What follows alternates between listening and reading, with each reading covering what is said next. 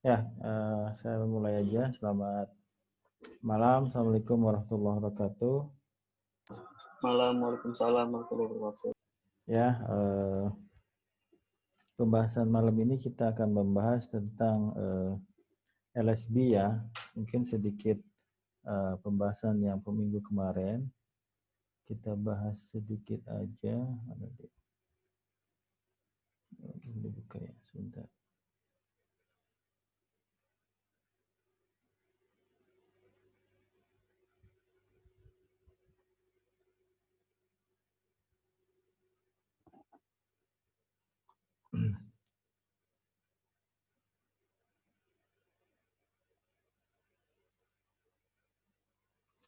Ya, kita bahas dulu sedikit materi tentang minggu kemarin ya. Sepertinya belum saya bahas ya. Jadi minggu kemarin kita bahas tentang Anda sudah bertemu dengan terminologi stereografi ya. Ketika mereview jurnal-jurnal yang saya berikan, maka secara nggak langsung ketemu istilah-istilah ini gitu ya.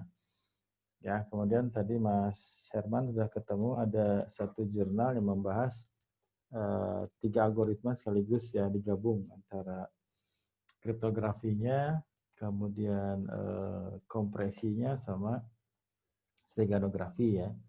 Steganografi. Kemudian pakai RSA ya, RSA sama apa tadi? Kompresinya sama steganografi. Ya, kita lihat di sini ada terminologi yang namanya adalah embedded message ya, atau hidden text atau secret message. Ini adalah pesan yang akan disembunyikan ya. Jadi pesan yang akan disembunyikan bisa teks, bisa gambar, bisa audio, bisa video, bisa lain-lain. Kemudian ada istilah lagi namanya cover object ya. Ini adalah pesan yang digunakan untuk menyembunyikan embedded message. Bisa juga tag, bisa gambar, bisa audio, bisa video, dan lain-lain. Nah, setelah nanti digabung antara embedded message sama cover object, itu namanya adalah stego object ya. Stego object adalah pesan yang sudah berisi pesan embedded message-nya. Jadi dalam cover object sudah ada embedded message-nya. Gitu ya. Kemudian ada juga namanya stegano key ya. Kunci yang digunakan untuk menyisipkan pesan dan ekstraksi pesan dari stegano text. Ya. Oke, kemudian di sini ada ini adalah pesan yang akan kita kirimkan ya. Walaupun pesannya di sini adalah codingan ya, codingan dalam apa definisi kayaknya ya. Kemudian ini adalah cover image-nya, kita akan naruh pesan ini di sini, gambar ini, image ini. Nah, kemudian stego image-nya adalah embedded message yang disisipkan dalam cover image gitu ya. Jadi kita menyisipkan pesan ya. Jadi di belakang gambar itu ada pesan tersembunyi seperti itu. Ini juga gambarannya. Ada cover image, embedded message. Kemudian ini adalah apa namanya gabungan ya, segala image. Ya, ini adalah extract image-nya.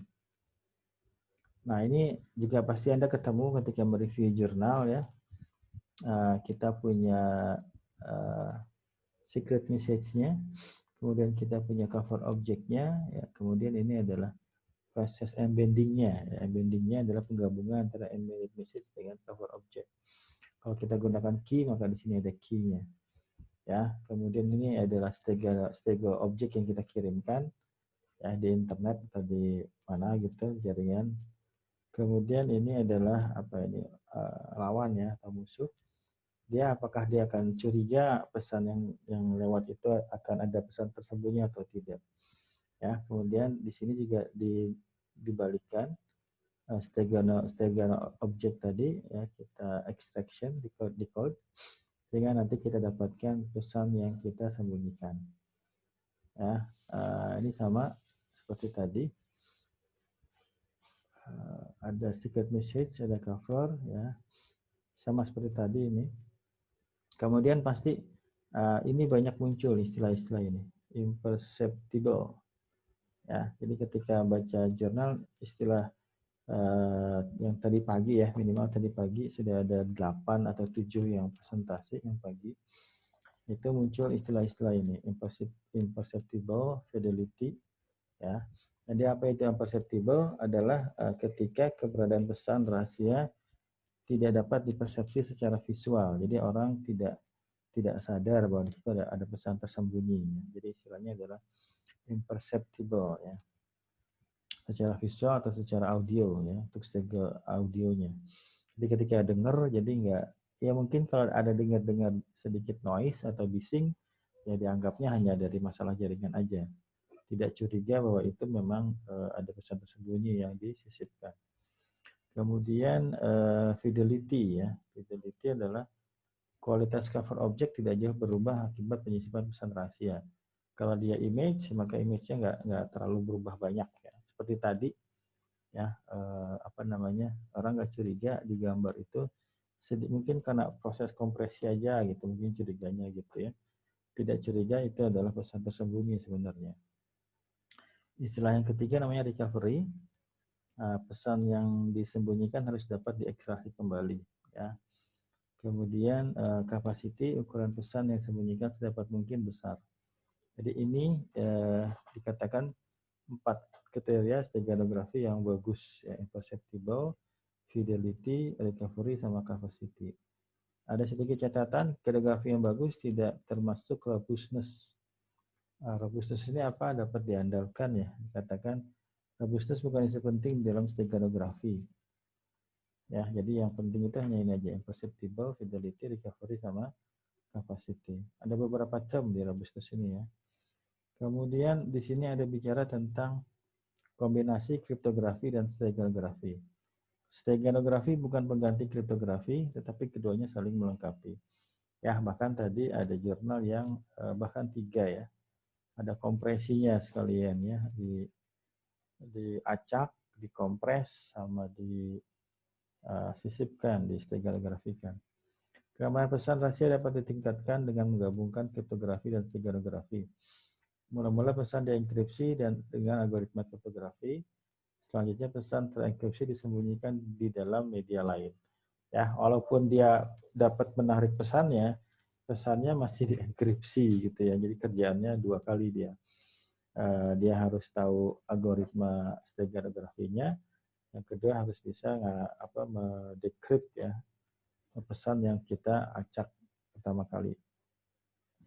Nah, di sini ada pendapat dari David Kahn ya. Dikatakan steganografi has its place in security. Ya, steganografi memiliki tempat di security.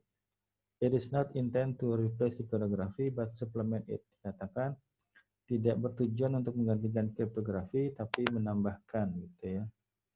Kemudian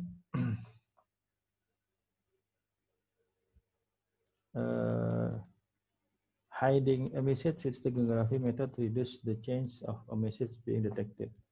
However, if that message is also encrypted, if discovered, it must also be cracked, yet another layer of protection. Ya, dikatakan di situ menyembunyikan pesan di dalam steganografi mengurangi kemungkinan pesan itu diketahui gitu, message being detected. Akan tetapi ketika data itu disteganografikan dan juga dienkripsi, maka ketika diketahui gitu ya, steganografinya ada dan bisa di-crack, dia harus juga meng-crack algoritma kriptografinya. Jadi intinya steganografi bukan menggantikan kriptografi tapi sebagai tambahan gitu ya. Tambahan dari suplemen dari kriptografi. Ya, di sini ada tipe-tipe steganografi. Yang pertama adalah pure steganografi. Di sini tidak membutuhkan kunci sama sekali. Keamanan steganografi seluruhnya bergantung pada algoritmanya. Yang kayak contoh minggu kemarin ya, atau 2 minggu yang lalu ya. Kita nyimpannya dalam kata-kata gitu ya. Kita simpan di kata-kata. Jadi misalnya karakter pertama dari kata gitu ya. Itu contoh dari null cipher. Prinsip Kerckhoff juga seharusnya pada steganografi bahwa keamanan sistem tidak didasarkan pada kerahasiaan algoritma embedding tetapi pada kuncinya. Pure steganografi tidak disukai karena nggak ada kuncinya ya. Kemudian di sini ada secret asymmetric key steganografi. menggunakan kunci yang sama untuk embedding dan extraction. Jadi di situ ada kuncinya. Jadi ada kunci yang digunakan untuk proses steganography ketika di embedding atau di extraction. Ini contoh yang lain ya, menggunakan secret atau symmetric key. Kemudian ada lagi public key steganography menggunakan dua kunci. Kalau yang tadi di sini kuncinya sama ketika bikin steganography atau embedding sama extraction-nya. Kalau public key steganography kuncinya berbeda ya untuk embedding-nya sama untuk extraction-nya. Lebih kompleks lagi. Yang ini saya skip aja. Kemudian ini saya skip aja. Kemudian saya mau masuk ke materi tentang malam ini ya. Ini saya akan bahas sedikit tentang LSB, steganography ya. Di sini sebenarnya nanti ada aplikasi-aplikasi yang bisa kita coba ya. Nanti saya list aja beberapa. Anda bisa coba ya. Ada yang berbasis Linux, ada yang berbasis Ubuntu. Tapi sebelum ke sana, sebenarnya ada juga satu contoh sederhana. Di sini ada pakai Python ya. Tapi Anda bisa cari lagi lah banyak contoh-contoh yang lain. Tapi untuk malam ini saya akan bahas LSB dan nanti saya kasih Anda sedikit latihan untuk mencari aplikasi-aplikasi jadi, apakah dia yang freeware gitu ya atau yang trial ya, nanti bisa dicoba. Nanti saya kasih listnya. Sebelum ke sana kita bahas dulu tentang LSB steganography ya. Ini saya ambil dari punyanya siapa ini, Edureka sebenarnya ya. Jadi ini saya ambil dari materinya Edureka, hanya untuk menggambarkan proses LSB-nya gitu ya. Oke, jadi di sini adalah proses menyisipkan data ke dalam image ya. Jadi datanya akan kita sisipkan ke dalam image, maka Anda harus paham dulu sedikit tentang apa itu pixel sama bit gitu ya. Jadi kalau kita lihat sebuah image, maka sebuah image itu sebenarnya terdiri dari pixel-pixel ya, terdiri dari pixel-pixel. Maka kita katakan dia punya berapa resolusi dikalikan berapa resolusi gitu ya. Nah, nanti di sini katakanlah ada berapa misalnya ada 2000 gitu ya, ada 2000 dikalikan misalnya 1500 gitu ya. Sebenarnya ini adalah pixel-pixel dari, jadi datanya disimpan dalam pixel-pixel ya. Oke, jadi misalnya ini adalah image, kemudian image-nya itu informasinya, data-datanya kita simpan dalam baris-baris dan dalam kolom-kolom seperti ini ya. Kemudian ini adalah seperti ini dan selanjutnya. Nah, maka satu pixel di sini ya, tergantung dari tipe ininya ya, image-nya. Di situ ada konsep yang namanya adalah satu pixel itu ini yang bukan gray ya, ini yang RGB gitu. Jadi nanti satu pixel ini itu akan menyimpan 3 warna ya. Satu pixel akan menyimpan 3 warna. Jadi di sini ada 24 bits ya, ada 24 bits. Di sini yang kita pakai yang konsepnya adalah yang 24 bit. Ya, jadi untuk satu pixel di sini, satu pixel ya, itu satu pixel itu adalah gabungan antara warna red ya, warna red, warna merah, kemudian warna green ya, warna hijau, kemudian warna blue ya, blue atau biru ya, warna biru. Ya, maka nanti konsep dari di sini ada berapa bit di sini? 1, 2, 3, 4, 5, 6, 7, 8 ya. Jadi konsepnya adalah kita punya 8 bit. Kita punya 8 bit. 8 bit ini kita akan representasikan dalam warna. Di mana warnanya yang paling kecil adalah ini misalnya warna red ya, warna red. Kemudian ini kita kasih 0000, ya. Biasanya apa? Kalau dia dalam heksadesimal, makanya ini adalah 00 gitu ya. Kalau kita kasih yang merah 11111111, biasanya itu FF gitu ya. Apa namanya kodenya, kode heksadesimalnya. Ya. Nah, maksudnya di sini adalah satu pixel itu terdiri dari 24 bit. Itu yang perlu dipahami pertama. Ya. Ini dalam konsep yang RGB ya. Jadi satu pixel itu terdiri dari 24 bit. Nah, 24 bit ini, bit pertama adalah representasi warna red, representasi warna green, representasi warna blue. Maka gabungan ini akan menghasilkan warna tertentu ya. Ya bayangkan aja cat yang digabung-gabung gitu ya. Itu akan menghasilkan warna yang berbeda-beda ya. Tapi di sini kita mainnya adalah kode heksa gitu ya. Kemudian ada konsep yang namanya most significant bit ya dengan least significant bit ya. Ini adalah bit yang paling berpengaruh ya. Most significant bit ya. Jadi kalau kita punya 8 bit di sini ya, ini 8 bit. Maka bit yang pertama dikatakan most significant bit. Kemudian bit yang terakhir dikatakan sebagai least significant bit gitu ya, least significant bit LSB. Ya, kenapa? Karena kalau kita punya warna di situ, kalau kita ubah warnanya di sini, maka ibaratnya perubahan warnanya akan sangat berbeda. Ya, ini kalau enaknya dilihatin warnanya ya. Tapi kalau kita ubah yang bit yang terakhir, maka warnanya tidak terlihat jauh berbeda dengan warna aslinya gitu ya. Jadi kalau misalnya kita punya warna 100011111 gitu ya. Kalau yang ini kita ganti menjadi 0001111 dengan dibandingkan kalau kita ganti warnanya menjadi 100011110. Nah, maka warna ini udah berubah nih, warnanya udah berubah jauh. Karena ibaratnya datanya range-nya udah berubah jauh gitu ya. Tapi kalau kita ganti yang LSB, maka warnanya akan sangat sedikit berubahnya akan sedikit lah gitu ya. Ini kalau kita lihat warnanya langsung, bisa nggak ya kita lihat warnanya langsung?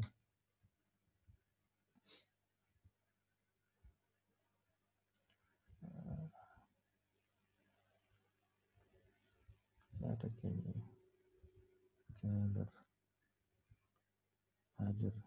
Ini dia.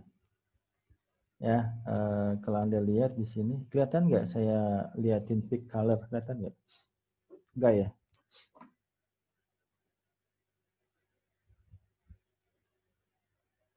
Oke, ini kelihatan sekarang ya? Halo? Kelihatan, Pak? Kelihatan, Pak. Ya, oke. Nah, di sini kita mau lihat, walaupun kalau di sini bisa kita lihat yang red di sini ya. Di sini red. Nah, ini ada color name-nya. Color name-nya ya kalau kita ya di sini ya, di sini kalau di sini diambilnya ya, nah ini dia kelihatan ya. Nah, ini di sini bisa kita kelihatan. Oke. Nah, ini ya. Ini kalau Anda lihat di sini ada color name, kemudian ada ini heksanya ya. Ini ibaratnya 01 ini ada 4 bit. Ya, jadi yang dua di sini, yang dua awal di sini dia punyanya red, dua yang tengah ini punyanya green, dua yang terakhir dia punyanya blue. Ya, kalau tadi kita punya misalnya si red-nya, kita harus tahu dulu ya. Kita harus cari nilainya dulu. Ya, misalnya ini kita hitung lah. Kita hitung biar Anda bisa lihat perbedaannya seperti apa. Sebenarnya ada kalkulator ini juga ya, heksadesimal ya. Ya, misalnya saya hitung ya, ini saya hitung Ini adalah 1, ini 2, di sini 4, di sini 8 ya. Kemudian 16, 32, ini berapa? 1, 2, 4, 8, 16, 32, 64. Terus 64 berapa? 128 ya. Ini 128.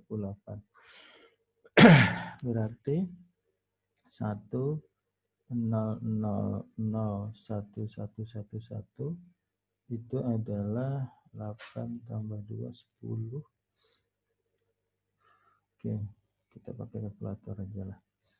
Pusing amat. Ya, oke. Kita hitung, saya pakai kalkulator di sini. 128 ditambah 8 ditambah 4 ditambah 2 ditambah 1. Oke. 143 ya. Kita dapat 143. Kemudian yang ini yang saya ubah yang MSB-nya yang 0, 0, 0, 0 berarti 1, 1, 1, 1. Ini berarti 8 tambah 2, 10, 10 tambah 15 ya. 8 tambah 2, 10, 15, 12 ya. Ini 15 ya. Ini 15. Kemudian yang ini yang kita ganti terakhirnya berarti 142 ya. 1, 0, 0, 0, 1, 1, 1, 0. Ini adalah 142 ya. Ini adalah aslinya.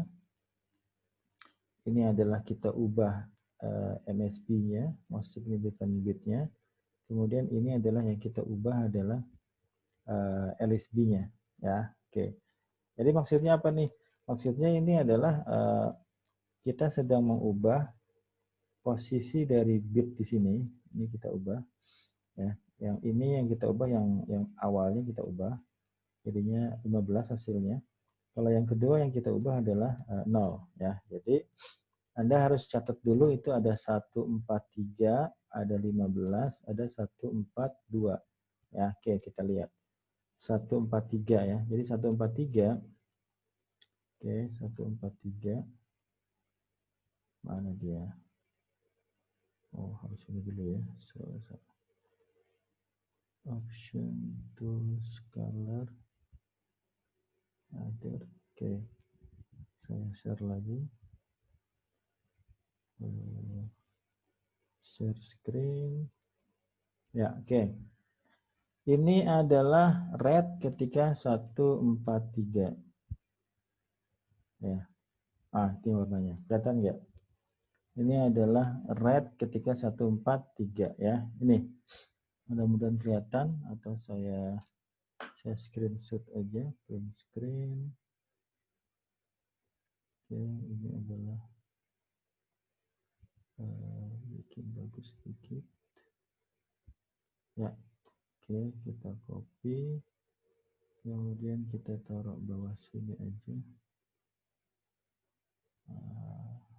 Subscribe. Kita kasih di sini. Ya, kita turunin sini. After. Oke, ya biar kelihatan perubahannya. Oke, ini adalah yang pertama. Ini yang 143 ya. Kemudian yang kedua adalah 15. Stop share, share screen. Rate-nya adalah 15. Oke. Ya, dia. Hilang. Oh, sorry. Color, other. Oke, 15 ya. Oke, 15. Kita lihat. Share screen lagi. Mudah-mudahan kelihatan perbedaannya. Oke, copy screen. Ya. Dia. Oke, ini 15. Kemudian satu lagi 142. 142. Oke. Print screen. Print screen. Ya, kita copy, kemudian, nah ini dia ya. Ya, di sini terima kasih. Kita stop share screen lagi.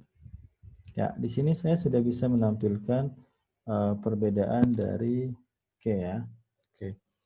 Ini adalah warna ketika yang ini, yang mana nih? 1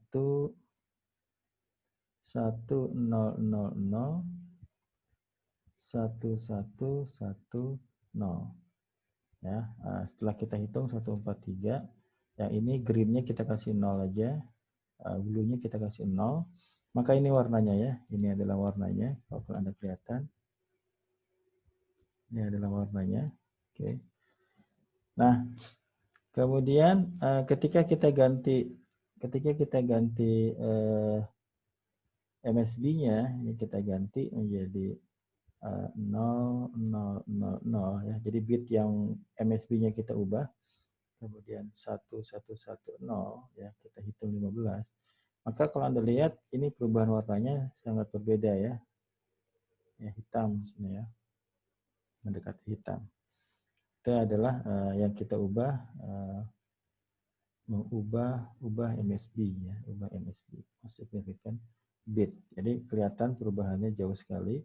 Tapi kalau yang kita ubah hanya yang oke, masih ada yang salah. Ya, ini harusnya 1 ya. Di sini 1, kemudian di sini juga 1 ya, baru yang terakhirnya ini yang ubah LSB. Yang ini adalah 1 0 0 0 1 1 1 0 yang 15 yang 142 ya, 142. Ya. Nah, kalau kita lihat di sini perubahan warnanya dia lebih tidak terlihat ya. Ini adalah perubahan 1 pixel ya. Ya, tapi yang kita lihat ya hanya red-nya saja di sini. Ya. Jadi pertama, ketika kita melihat sebuah image, maka image itu terdiri dari pixel-pixel, dan pixel-pixel itu kalau kita main di yang RGB ya, yang RGB, maka itu sebenarnya terdiri dari 24 bit. 1 pixel terdiri dari 24 bit.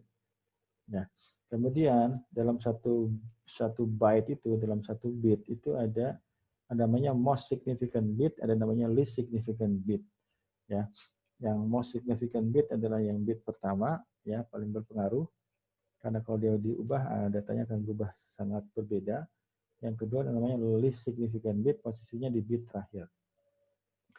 Nah, ini saya kasih contoh di sini ada 8 bit ya, ada 8 bit. Nah, kemudian yang saya ambil hanya yang R-nya aja, yang red-nya aja. Ya, di sini saya perlihatkan saya punya datanya adalah 1000111 ya.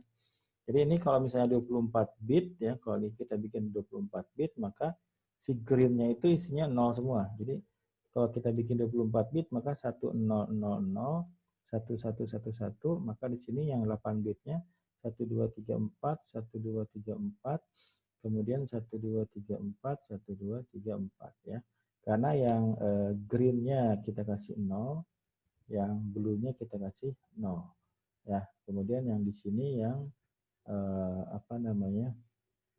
yang red-nya kita kasih 8F atau 143 ya. Ini heksanya ya. Ini heksanya, ini desimalnya. Kalau bitnya ini bitnya. Nah, ini bitnya. Ya. Jadi kalau kita ubah si warna ini, kita ubah warna ini ya, yang 143 ini, warnanya ini. Kalau kita ubah yang bit pertama dari 1 kita ubah menjadi 0, maka perubahannya akan sangat jauh berbeda, warnanya akan jauh berbeda. Ya, jadi ini perubahannya. Tapi kalau yang kita ubah hanya data paling akhir di sini, yang tadinya 1 kita ubah menjadi 0, maka kalau Anda lihat tidak terlihat ada perbedaan yang kalau mata lihatnya nggak ada lah. Gitu ya. Itu yang dimaksud dengan kenapa kita menggunakan algoritma least significant bit ya. Karena kalau kita ubah di bit terakhir maka tidak terlihat jauh berbeda perubahannya dibandingkan kalau kita mengubahnya di bit yang pertama, gitu ya. Nah, kemudian ini penjelasan yang tadi yang saya jelaskan ya.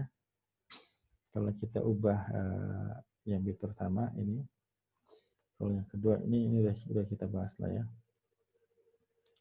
Oke, kemudian ini ada contoh. Ada contoh di sini dikatakan LSB involve overwriting the bit with the lowest arithmetic value.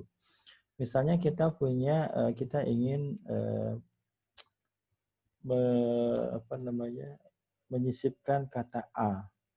Ya, misalnya A itu adalah 60 berapa di sini? Satu tadi berapa tadi ya? 64 ya. Itu berarti 65 ya. 60 128. Dia 7 bit atau 8 bit ya? 1 2 3 4 5 6 7 benar ya? 7. Berarti kalau 7 kan ini 1, ini 2, 4 ya. Ini 2, 4, 8, 16, 32, 64 ya. 65 ya. 65 dalam desimal. Tapi kalau dalam heksa berarti berapa? Ini A ya. Ini berapa ini? Nggak bisa. Dia ada 1, 2, 3, 4 ya. 1, 2, 3, 4 berarti 1, 2, 3, 4. Ini ada 0 lagi ya harusnya ya. Maka di sini adalah 4 ya, berarti 41 ya. Dalam heksanya 41 ya. Ya. Tapi kita lihat dalam binary-nya saja, kita lihat A itu kalau kita mau buat karakter dalam representasi dalam binary-nya, A itu adalah 0 1 0 0 ya, 0 0 0 1 ya, atau yang ini dihilangkan menjadi 1 0 0 0 0 0 1 gitu ya. Oke, ini udah beres. Kalau tadi ini adalah image-nya, pixelnya, datanya. Kalau ini adalah ASCII-nya ya, ASCII atau Unicode-nya. Ya, ASCII-nya adalah ASCII. Ya, ASCII-nya. Jadi A itu sebenarnya adalah representasinya dalam binary-nya adalah 1000001 ya, pakai 7 bit di sini ya. Kalau pakai 8 bit ya dikasih 0 pertama lagi. Nah, kita ingin menyisipkan ini ke dalam sebuah image ya. Nah, katakanlah di sini kita hanya ada 3 pixel ya. Atau kita punya pixel yang banyak gitu ya. Kita punya pixel banyak seperti ini ya. Ya, katakanlah 28 kali 28 pixel gitu ya. Tapi yang kita gunakan hanya 3 pixel saja. Ya, jadi kalau misalnya di sini kita punya image dengan 28 ke 28 pixel, kemudian yang kita ambil hanya 3 pixel ya. Berarti ini pixel pertama, ini pixel kedua, ini adalah pixel yang ketiga. Gitu ya. Oke. Nah, jadi yang lainnya nggak kita ubah, yang kita ubah sama hanya 3 pixel ini aja. Pixel 1, pixel 2, pixel 3 ya. Nah, data yang si A ini ya, data yang kita coba simpan di dalam 3 pixel ini. Ya, berarti yang berubah hanya di 3 pixel terdepan sini ya, yang lainnya nggak berubah ya. Jadi kan lebih nggak kelihatan perbedaannya dengan asli. Ya, jadi pertama kita punya data ini 7 bit ya, 7 bit. Ya, 1 2 3 4 5 6 7. Kemudian kita akan embeddedkan dalam 3 pixel ya, dalam 3 pixel. Di mana masing-masing pixel itu ada 24 bit. Ada 24 bit, berarti 24 kali 3. Nah, kemudian kalau Anda lihat di sini, kita perhatikan di sini, ini ada bit yang pertama, ada byte yang pertama, ada byte yang kedua, ada byte yang ketiga, ya. Jadi kalau Anda lihat di sini, ya, kita masukkan bit yang pertama ini, posisinya kita taruh di kita ganti gitu seperti itu. Ya, 8 listnya kita ambil 1 byte pertama, kita sisipkan di sini, kita ganti ya. Ini hasilnya. Yang kedua kita ambil. Nah, kalau kita lihat bahkan di sini itu nggak berubah. Ya, 0, awalnya 0, kita sisipkan data 0. Itu data nggak berubah ya. Begitu dan selanjutnya ini kita sisipkan di sini ya. Kita update 1 menjadi 0 ya. Oke, nah ini tadi nggak berubah dari 0 jadi 0. 0-nya jadi 0, di sini 1 jadi 0 ya, ini berubah. Kemudian ini adalah byte yang keempat, berarti data yang keempat yang di sini. Kita ambil ya. Kita taruh di data yang berikutnya. Oke. Nah, di sini kalau Anda lihat ya, yang merah ini berarti datanya kita update ya. Yang ini nggak berubah, yang ini berubah, yang tadinya 1 jadi 0, ini 1 jadi 0 ya, di sini 1 jadi 0, ini 1 menjadi 0 ya. Kemudian ada berapa? 1 2 3 4 5 6 7 ya. 7 sini. Terakhirnya 1 2 3 4 5 6 7. Enggak sinkron. 1 2 3 4 5 6 7. 1 2 3. Nolnya ada berapa nih? 1 2 3 4 5 ya. 1 2 3 4 5. Ya, ini harusnya 1 di sini ya. Kita hanya butuh 7. Ya, ini ada sedikit perbedaan. Ya, itu caranya seperti itu. Berarti di bit terakhir kita sisipkan datanya ya. Oke, ini ada sedikit kesalahan ya. Oh, sudah selesai. Ya, itu adalah pembahasan dari list significant bit steganography. Ya, jadi malam ini kita bahas list significant bit steganography. Oke, saya hampir lupa. Nah, untuk latihan minggu ini, ya, saya minta Anda untuk di sini ada yang namanya kita bahas saja. Nanti ini Anda bisa kerjakan sebagai formatif lah ya, setengah jam terakhir ini. Saya minta Anda untuk mencoba menginstal dan menjalankan steganographic tools ya. Nah, di sini ada beberapa aplikasi yang bisa Anda gunakan, ada namanya. Tapi nanti di sini ada aplikasi yang runningnya di Linux ya. Ada run di Linux ya, run di Linux. Ada juga yang runnya di Windows ya. Jadi kalau misalnya tidak bisa run di Windows ya nggak usah dipaksakan. Tapi kalau Anda bisa runnya atau OS Anda Linux ya, Anda bisa coba ya. Jadi tidak harus semua bisa kalau Anda hanya punyanya adalah Windows. Yang pertama adalah StegoSuite ya. Ini running di Linux ini. StegoSuite ya. Tulisannya jelek amat ya. Kita pakai teks saja deh. Ya, biar kelihatan bagus. Tadi apa artinya? StegoSuite ya. Oke, ini yang pertama.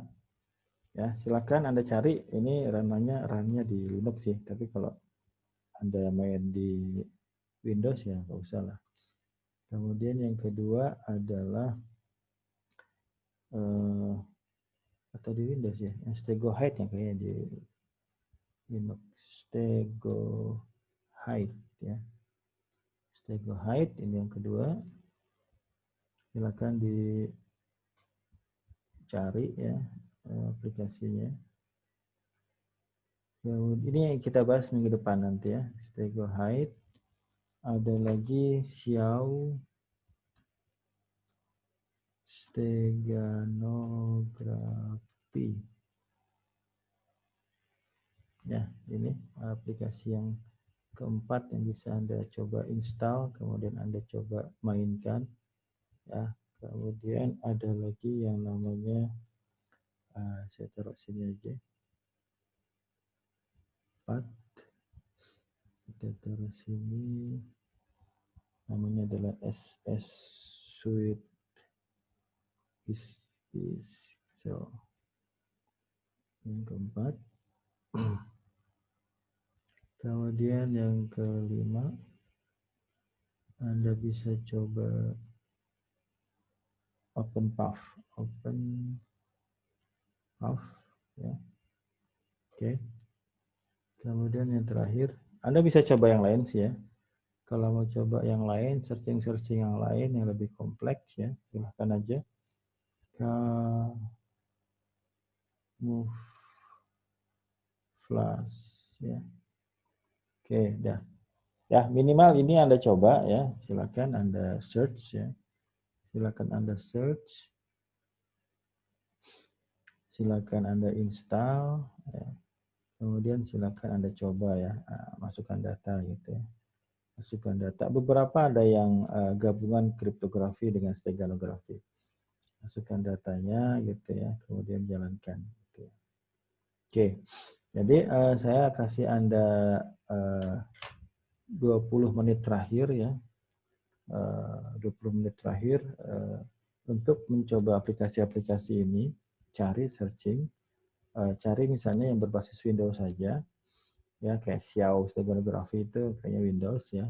Stego Hide saya udah coba itu Linux ya.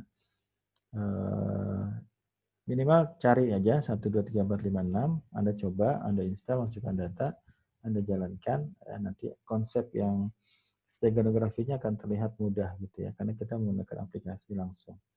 Oke. Nah, malam ini itu adalah latihan ya. Nanti minggu depan separuhnya kita presentasi yang belum ya. Kemudian yang sebagiannya lagi nanti kita coba jalankan aplikasi-aplikasi ini ya.